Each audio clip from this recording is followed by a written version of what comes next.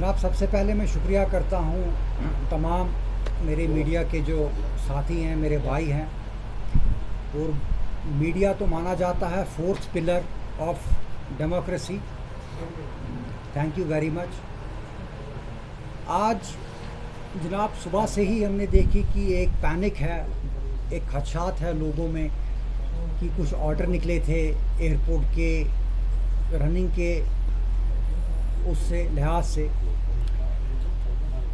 देखिए, इसमें एक पहले ऑर्डर निकला था जिसमें ये वाज़ेह हुआ था कि जुलाई से लेके सितंबर तक मंडे और ट्यूसडे जो फ़्लाइट ऑपरेशंस हैं वो श्रीनगर इंटरनेशनल एयरपोर्ट पे सस्पेंडेड रहेंगी और एंडिंग अक्टूबर और फर्स्ट वीक ऑफ सितंबर में तकरीबन 15 दिन के लिए एयरपोर्ट शट डाउन रहेगा। लेकिन जब ये ऑर्डर पब्लिक हुआ, मुझे लगता है उस वक़्त बहुत सारे शायद पैरामीटर्स हैं जिन पे तवज्जो ना दी गई। देखिए, जो जून, जुलाई, अगस्त और सितंबर है, ये हमारा एक पीक सीज़न कश्मीर की टूरिज़म का रहता है। इसमें टूरिज़म की जो इनकमिंग होती है वो बहुत ज़्यादा होती है। इन्हीं महीनों में यात्रा जो है वो भी की जाती है। और ख़ास तौर पे मैं सितंबर की बात करूं तो हमारी पूरी कंट्री में पूजा हॉलीडेज़ जो हैं वो सितंबर में होती हैं और उस टाइम पे बहुत ही जो टूरिस्ट की ये वाबस्तगी के उससे जो इनकमिंग कश्मीर में जो टूरिज़म का रहता है, जो फुटफॉल रहता है, वो बहुत हाई रहता है। लेकिन उस वक़्त जब ये ऑर्डर फर्निश हुआ, जब ये पब्लिक हुआ, तो इन चीज़ों को मद्देनज़र मुझे लगता है नहीं, उस वक़्त जो भी अथॉरिटीज़ थी, चाहे सेंटर था, चाहे एयरपोर्ट अथॉरिटी ऑफ इंडिया थी, चाहे NOTA का जो डिपार्टमेंट है वो था, लेकिन हमने और बाकी भी यहाँ की जितनी भी ट्रेड एसोसिएशंस हैं, सब ने मिल के हमने हमारे ऑनरेबल लेफ्टिनेंट गवर्नमेंट जनाब मनोज सिन्हा साहब और हमारे honourable chief minister of Jammu and Kashmir जनाब उमर अब्दुल्ला साहब, उनके पास गए, अपनी रिप्रेजेंटेशन रखी और उनको इन चीज़ों को हमने पेश करके बोला कि इन चीज़ों को मद्देनज़र रख के जो है आप ये जो फ़्लाइट ऑपरेशंस हैं इसको किसी हद तक ये रिवोक करवाएं, क्योंकि ऑलरेडी एक हमारा टूरिज़म का स्ट्रेस है पिछले साल से जब एक वो वाक़ा हुआ था। तो पीक सीज़न में इस तरीके की जो non conductive air flight operations जो हैं दैट विल हिट। और ऑलरेडी जो फ़्लाइट ऑपरेशंस की जो टाइमिंग है वो 5 बजे तक कर दी। पहले मैं आपको बताऊं तकरीबन 45 to 53 फ़्लाइट्स ऑपरेशनल होती थी कश्मीर में,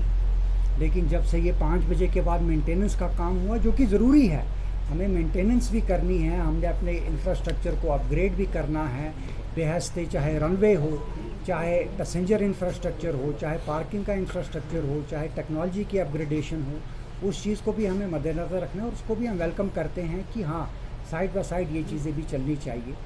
लेकिन इसमें जो 2 मुद्दे थे वो मंडेज़ और ट्यूसडे का था, जो ऑर्डर में लिखा गया था कि ऑपरेशंस बंद रहेंगे, और सितंबर में जब एंडिंग अक्टूबर या सितंबर में कहा गया था कि 16 दिन के लिए कम्प्लीटली एक शटडाउन रहेगा, ख़ास तौर पे जब हमारी पूजा हॉलीडे सितंबर में होती हैं। तो कुछ दिन पहले हमने देखा हमारे CM साहब, ऑनरेबल चीफ मिनिस्टर जो हैं वो दिल्ली में उन्होंने राजनाथ साहब से मीटिंग की, उसके बाद जो सिविल एविएशन मिनिस्टर है उनके साथ मीटिंग की। LG साहब has also put a word with ministry of home affairs कि इस चीज़ को रिवाइज़ किया जाए। और मुझे लगता है 2 दिन पहले एक नोटिफिकेशन जारी हुई जिसमें मंडे और जो ट्यूसडे है, मंडे और ट्यूसडे को जो फ़्लाइट ऑपरेशंस को सस्पेंशन की जो एक ऑर्डर निकला था उसको रिवोक किया गया। और बहुत ही दिल से हम उस चीज़ का हमने वेलकम किया और करते भी हैं, ताकि फ़्लाइट ऑपरेशन जो है 5 बजे तक चले और 5 बजे के बाद जो है हमारा रिपेयर रेनोवेशन और जो इंफ्रास्ट्रक्चर एक्सपेंशन है उस चीज़ का काम हो। लेकिन आज सुबह देखा गया कि आज सुबह हमने देखा कि आज एयरपोर्ट पे कोई फ़्लाइट्स नहीं हैं, ना आज के लिए हैं ना कल के लिए हैं, और एक पैनिक क्रिएट हो गया कि अगर एक ऑर्डर निकला था, नया ऑर्डर निकला था जिसमें इन्होंने मंडे और सैटरडे जो है,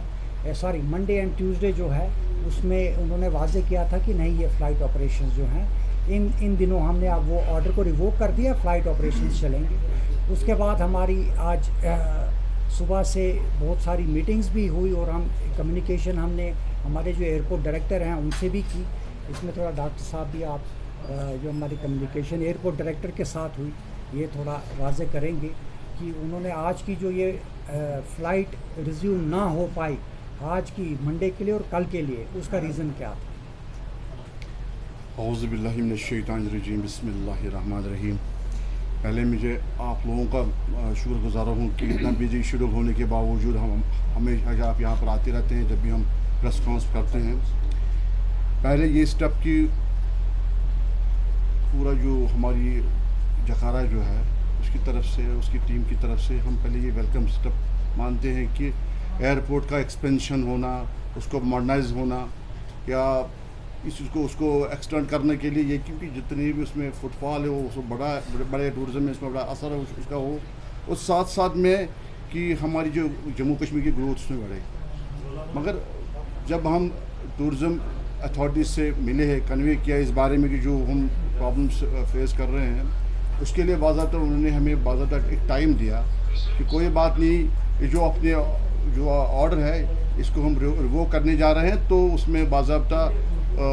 मंडे और ट्यूसडेज़ का जो है वो तकरीबन ऑर्डर ख़त्म हो गया। साथ साथ में फिर उनने एक एश्योरेंस दी हमें कि इंशाल्लाह आगे से इस चीज़ को हम, ये जो ऑर्डर है पूरा सस्पेंड रहेगा, ये आगे से नहीं चलेगा, इसको उसके लिए कोई ऐसी प्रॉब्लम नहीं है। हमारा जो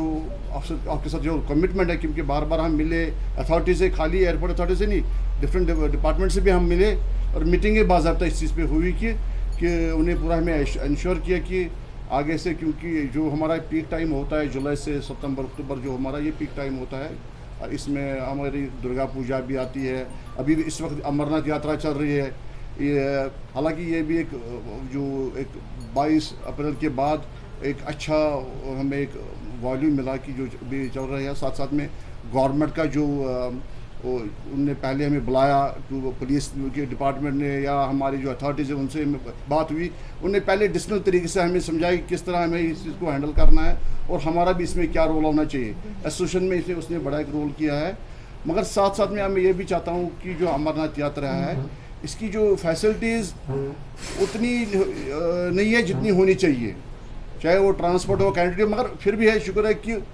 भी गवर्नमेंट ने इसमें बड़ा एक रोल किया है या कर रहे हैं और हम भी इस चीज़ को वेलकम करते हैं। तो मैं इसमें बताऊंगा कि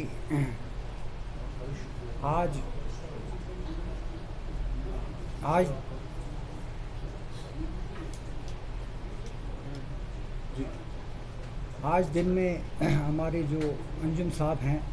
यहाँ के एयरपोर्ट डायरेक्टर हैं, उनसे बात हुई तो उन्होंने हमको थोड़ी, इसमें एक टेक्निकलिटी है इसमें, जैसे फ्राइडे को ये हमारा तकरीबन ये ऑर्डर इशू हुआ था एट द 11th आवर, और उसके बाद वीकेंड था, वीकेंड में ऑफिसेस भी बंद रहते हैं, तो उस वजह से जो हमारी फ़्लाइट की जो हमारे जैसे इंडिगो है, एयर इंडिया है, तो वो पहले ही प्रपोज़ करके रखते हैं, पहले ही अपना लॉग बना के रखते हैं कि कौन सी फ़्लाइट कहाँ जाएगी, कितने बजे जाएगी। क्योंकि ये ऑर्डर वीक एंड पे पब्लिश हुआ, एट द 11th आवर हुआ, तो इसको हमारी जो एयरलाइंस हैं वो इम्प्लीमेंट नहीं कर पाई, और हमारी जो एयरफोर्स है, क्योंकि ये अंडर डिफेंस, हमारा जो एयरपोर्ट है अंडर डिफेंस आता है, वो भी इसको इतने एट द 11th आवर इसको इम्प्लीमेंट नहीं कर पाए। लेकिन इन्होंने ये पूरी एश्योरेंस दी है कि ये मंडे और ट्यूसडे के बाद आने वाले जितने भी मंडेज़ और ट्यूसडे हैं, इन पे एयरपोर्ट खुला रहेगा। आज भी खुला है, लेकिन due to weekend and at the 11th hour जो हमारा ये नोटिफिकेशन निकली कि मंडे और ट्यूसडे जो है ये ऑर्डर रिवोक हो गया हुआ है, लेकिन हमारी जो एयरलाइंस हैं और हमारा जो एयरपोर्ट अथॉरिटी प्लस जो एयरफोर्स है, इसको वो पूरे तरीके से eight the 11th our implement नहीं कर पाए। बिकॉज ऑफ जो इसमें वीकेंड की छुट्टियां भी आ गई। लेकिन मैं ये खदशा दूर करना चाहता हूँ बाहर के जो टूरिस्ट हैं उनके लिए भी, यहाँ की जो हमारी आवाम है उनके लिए भी,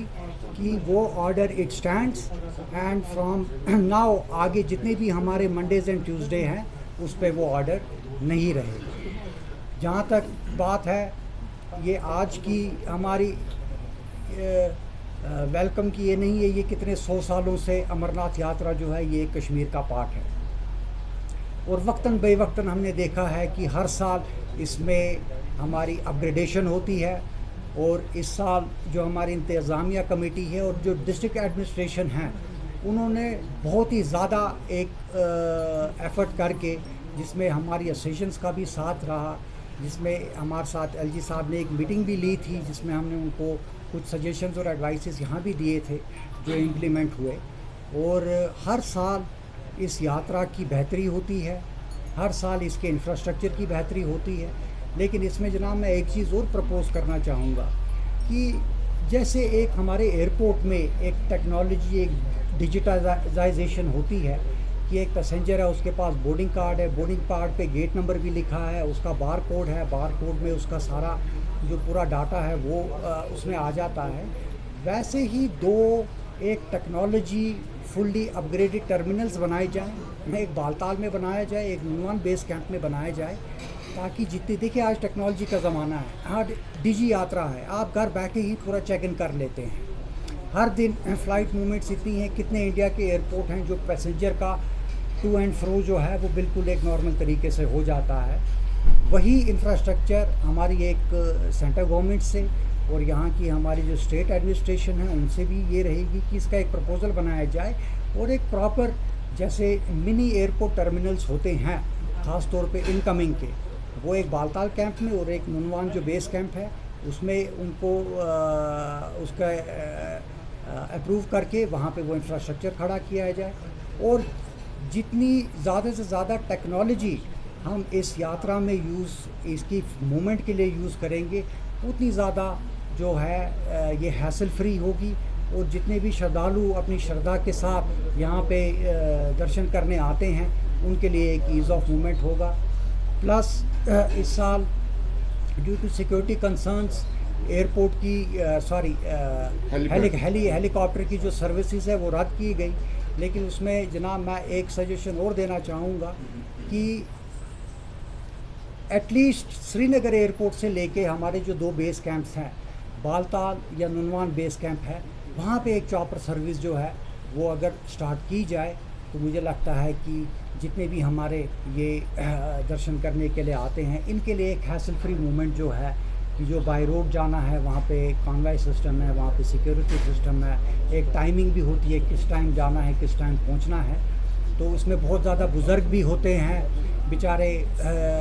जिनकी जो हेल्थ भी थोड़ी बहुत एलिंग होती है, तो ये एक उनके लिए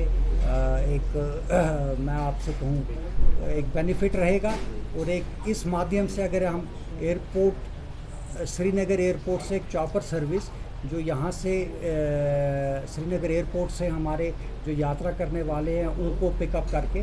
या बालताल बेस कैंप या नुनवान बेस कैंप जो है उसमें जनाब वहाँ पर। मगर साहब लास्ट टाइम जो अमरनाथ यात्रा भी हुई थी बहुत कम लोग आए थे, टूरिज्म भी बहुत कम था, तो अगर कंपेयर किया जाए इस साल के तो क्या ऑक्यूपेंसी? नहीं देखिए लास्ट टाइम मैं आपको बताऊं, लास्ट टाइम का फिगर तकरीबन 5 लाख था जो यात्री आए थे रजिस्टर्ड। जो मैं टूरिस्ट की बात कर रहा हूँ। अच्छा आप टूरिज़म की बात कर रहे हैं। नहीं ऑब्वियसली देखिए जो हमारा 22 अप्रैल का वाक़या रहा उसके बाद फॉलोड बाय आपने देखा कि एक दिल्ली में भी एक बहुत ही एक हादसा एक पेश हुआ जिसमें जो बची कुची कसर थी टूरिज़म की वो टूट गई। लेकिन इसमें हमारी यहाँ की लोकल गवर्नमेंट ने, एडमिनिस्ट्रेशन ने, चीफ मिनिस्टर साहब ने, मनोज सिन्हा साहब ने पूरी कोशिश की और आज की डेट में पिछले साल के मुकाबले में टूरिज़म जो है वो बहुत ज़्यादा उसकी जो फिगर है वो हाई पैमाने पे है। आप आज देखेंगे तकरीबन बहुत होटल्स जो हैं वो कितने टाइम से फुल बुकिंग में चल रहे हैं, हमारे हाउस बोट जो हैं वो फुल बुकिंग्स में चल रहे हैं, हमारी टैक्सीज़ जो हैं वो हमारे जितने भी यात्री आ रहे हैं, जितने भी टूरिस्ट आ रहे हैं, उनको टू एंड फ्रो जो है वो उस तरीके से करा रहे हैं। Yes, there is a good and progressing percentage of incoming of tourism, specially from last year. Being a tourism player, क्या आपको लग रहा है कि जो हमारे हाई एंड टूरिस्ट हैं उनके लिए यहाँ पे जो हमारा इंफ्रास्ट्रक्चर काफ़ी है? देखिए, एक्चुअली जहाँ तक आप ये चीज़ सवाल करते हैं, मुझे लगा कि हम बेहतरी की तरफ जा रहे हैं। उस लेवल पे तकरीबन बहुत फ़र्क आया है। अभी जो पिछली जो हमारी जो फैसिलिटीज़ थी आगे के लिए, उससे लिहाज से अच्छे अच्छे होटल बन रहे हैं हर जगह, हर डिस्ट्रिक्ट में। ऐसी बात नहीं है, तो बहुत फ़र्क है, बहुत चेंज है। हम इम्प्रूव की तरफ जा रहे हैं, डेवलपमेंट की तरफ जा रहे हैं। और इसमें मेन मैं ये भी बताऊँ कि गवर्नमेंट का इसमें एक बड़ा रोल है, एडमिनिस्ट्रेशन का इसमें बड़ा रोल है। हम जो हमारी एसोसिएशंस है, उन्होंने एक ब्रिज बन के गवर्नमेंट के साथ शान बशाना हमेशा खड़ी रही है और खड़े रहते हैं, तो जिससे कि हम अपने टूरिज्म सेक्टर को इम्प्रोवाइज़ करें। ट्रांसपोर्ट सेक्टर का एक मुतालबा, एक डिमांड है उनकी कि लद्दाख की तरफ यहाँ पे भी ट्रांसपोर्ट को आउटस्कर्ट्स में ही रखा जाए और बाद में यहाँ का लोकल ट्रांसपोर्ट टूरिज्म के लिए इस्तेमाल किया जाए। क्या आप इस चीज़ को सपोर्ट करेंगे, और अगर करेंगे तो क्या आपको लग रहा है कि इससे टूरिज्म पर ओवरऑल फ़र्क पड़ेगा? देखिए सर, ये जो एक मुतालबा है, ठीक है जी, जो कि ये लद्दाख में इम्प्लीमेंट हो रहा है, और जहाँ तक मुझको लगता है कि इसमें कुछ टेक्निकलिटीज़ देख के किसी हद तक हम इसको जायज़ भी मानते हैं कि कश्मीर में जब सिटी तक एंटर हो बाहर की गाड़ी, जो टैक्सी है, उसके बाद जो है वो यहीं का ही जो हमारे ऑपरेशंस हैं, जो यहाँ का हमारा लोकल ट्रांसपोर्ट है, हमारे बच्चे हैं जिन्होंने गाड़ियाँ ली हैं, टैक्सीज़ बनाई हैं, उनको करें। देखिए, इसमें सबसे पहले बेसिक जो चीज़ है, क्योंकि वक्तन बेवक्तन हमने देखा है कि यहाँ का जो टूरिज़्म सेक्टर है वो बहुत सालों में 2 साल चला, उसके बाद नीचे गिरा, फिर 1 साल चला, फिर उसके बाद नीचे गिरा, फिर बहुत ऐसे मरहले आए जिसमें सबसे पहला जो एक हमारा सेक्टर हिट होता था, दैट वाज टूरिज़्म। और मैं आपको बताऊं कि कितनी गाड़ियां जो हैं वो उस कगार पे आ गई थी कि मुझे लगता है बैंक उनको वापस लेने की उसमें था, क्योंकि लोगों के पास किस्तें भरने के लिए नहीं थी। और इस मुतालबे को मैं जायज़ भी मानता हूँ कि अगर ये इम्प्लीमेंट है, अगर लद्दाख में ये इम्प्लीमेंट हो सकता है, तो कश्मीर में क्यों नहीं हो सकता? ठीक है जी, बिल्कुल हम वेलकम करते हैं। बाहर की जो टैक्सीज़ है, बाहर की जो बसेस हैं, उनका भी हम वेलकम करते हैं, वो बाहर से लेकर आएँ। लेकिन यहाँ से अगर कोई इस तरीके की मैनेजमेंट बनाई जाए कि किसी को गुलमर्ग जाना है, पहलगाम जाना है या कहीं जाना है, वो यहाँ का लोकल जो ट्रांसपोर्ट है, हमारे जो टैक्सीज़ हैं यहाँ की जो लोकल हैं, उन्हीं को ही यूज़ करें, ताकि उनके लिए भी एक फाइनेंशियल, जो पिछले बहुत टाइम से स्ट्रेस में गए हैं, एक अपलिफ्टमेंट हो और अपना रोज़गार जो है वो चला पाए। बाबर साहब, मैं यहाँ पर आपको रोकना चाहूँगा क्योंकि टाइम काफ़ी हो गया। मुख्तसर साहब का जवाब चाहूँगा। सर आपने जो कहा कि मिनी एयरपोर्ट्स यहाँ पर, मतलब you want to set up a mini airport in 2 camps of airports, तो ये थोड़ा सा इलाबोरेट कीजिए, क्या आपका, मैंने सर समझा नहीं। हाँ, मिनी एयरपोर्ट नहीं, मैंने कहा जैसे हमारे एयरपोर्ट के टर्मिनल्स होते हैं, पैसेंजर टर्मिनल्स, ठीक है जी। जब हम चेक इन करते हैं, अब आप दिल्ली जाइए, आप देयर इज़ अ टर्मिनल, वहाँ पे आपको जहाज़ तक पहुँचने के लिए देयर इज़ अ सिस्टम, ठीक है कि नहीं, एक इंफ्रास्ट्रक्चर बना है जो बिल्कुल टेक्नोलॉजी के साथ आपका उसकी पूरी वाबस्तगी है। आप आज ऐप पे भी अपनी बोर्डिंग कर देते हैं, ठीक है कि नहीं। उस तरीके के मैंने कहा कि 2 टर्मिनल्स यहाँ पे तामीर किए जाएं, एक बालताल में, एक नुनवान बेस कैंप में, कि जिस तरीके से पैसेंजर हैंडलिंग